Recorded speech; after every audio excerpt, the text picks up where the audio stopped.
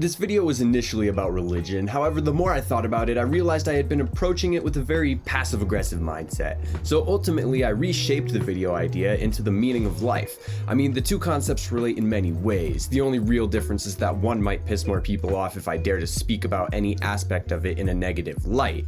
But this realization got me thinking. I could take the safe route by making a short video where I talk about nonsense for a couple of minutes, upload it to YouTube, spam Discord advertisement chats with the link until it gets a couple hundred views, and then move on to the next project. Or I could take a risk by speaking on a controversial topic which would guarantee more attention in the short term, raising my channel's numbers from the all-time low that they've been stuck at for months now. The issue with the second option is that it would leave me trapped in a cycle of constant contention and drama. The numbers on my channel would rise and people would be talking about me and how crazy it is that I did that thing, until someone else does something even more absurd and becomes the talk of the town.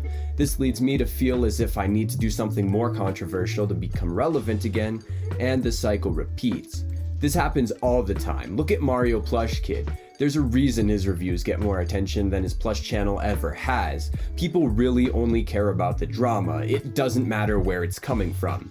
Do you really think the same amount of people would be watching his reviews if he hadn't been screaming at the top of his lungs over his comments being spammed? Really? Even take my own channel as an example. My top 10 videos, where I make a complete mockery of the idea of ranking plush videos, tend to outperform nearly everything else that I upload, even when there's nearly no effort put into them. I have fun making them, but I know that most people who click on them just end up watching the first minute, get upset that it's not serious, write an angry comment, and then leave.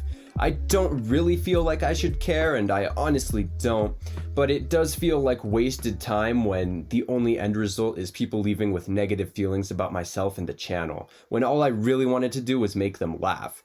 The goal was never to befriend everybody, but it also wasn't to make them hate me. But what about the first option? What about taking the safe route? In the long term, it's probably the easiest way to maintain a clean reputation. However, I've noticed that the creators who choose to go down this route are usually very ingenuine with their intentions. They stay away from politics and other sensitive subject matter and act like everyone's their friend, while the only thing they're truly concerned about is the numbers. I've had conversations with many of these people, and it's just the way that they think, and there's no changing their minds. The one thing the people who take the safe route and the people who take the dangerous route have in common is that whatever numbers they reach, it's never enough. There's always something more controversial, there's always a larger goal, there's always something.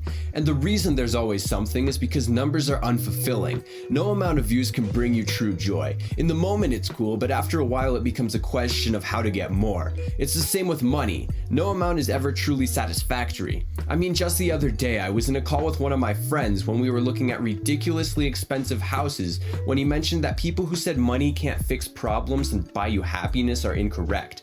The more I thought about it, the more I disagreed. At first I didn't think anything of it, but why would living in a house with 18 bathrooms make life any better than living in a house that has just one? Think about it. When's the last time you saw a rich person having genuine fun?